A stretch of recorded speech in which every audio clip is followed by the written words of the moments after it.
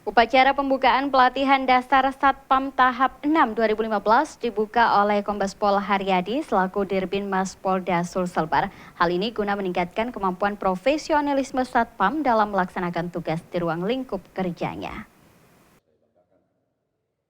Dalam rangka peningkatan profesionalisme anggota Satuan Pengamanan sebagai pengemban fungsi kepolisian terbatas sekaligus perpanjangan tangan Polri dalam melaksanakan tugas di ruang lingkup kerja, Binmas Polda Sulselbar dan PT Arafini Lokananta menggelar pelatihan dasar Satpam yang digelar di Gedung KNPI Makassar. Upacara pembukaan ini dihadiri oleh sejumlah instansi, perusahaan BUJP atau Badan Usaha Jasa Pengamanan dan jajaran Binmas Polda Sulselbar.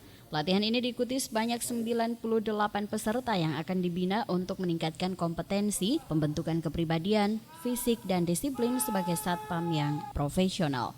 Dirbinmas Polda Sulsel Kombes Pol Haryadi mengatakan Satpam merupakan garda depan suatu perusahaan yang menjaga dan memberikan kenyamanan dalam ruang lingkup perusahaan, sehingga sangat penting membentuk kepribadian dan kompetensinya.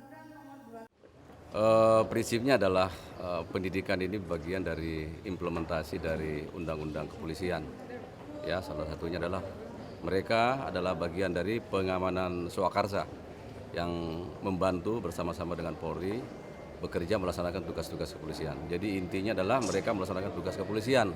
Oleh karena itu kita latih di sini, dilatih oleh instruktur Polri yang terlatih untuk menjadi polisi-polisi yang nantinya bekerja di lingkungan mereka masing-masing, di perusahaan, di tempat-tempat industri, dan seterusnya. Peruntukan keamanan pada umumnya adalah untuk mengamankan aset, kawasan, dan wilayah suatu instansi atau perusahaan, serta dapat memberikan rasa nyaman bagi anggota instansi dalam beraktivitas dan menjalankan kegiatan sesuai fungsinya masing-masing. Dari Makassar, Aksa Arsyad, GoTV memberitakan.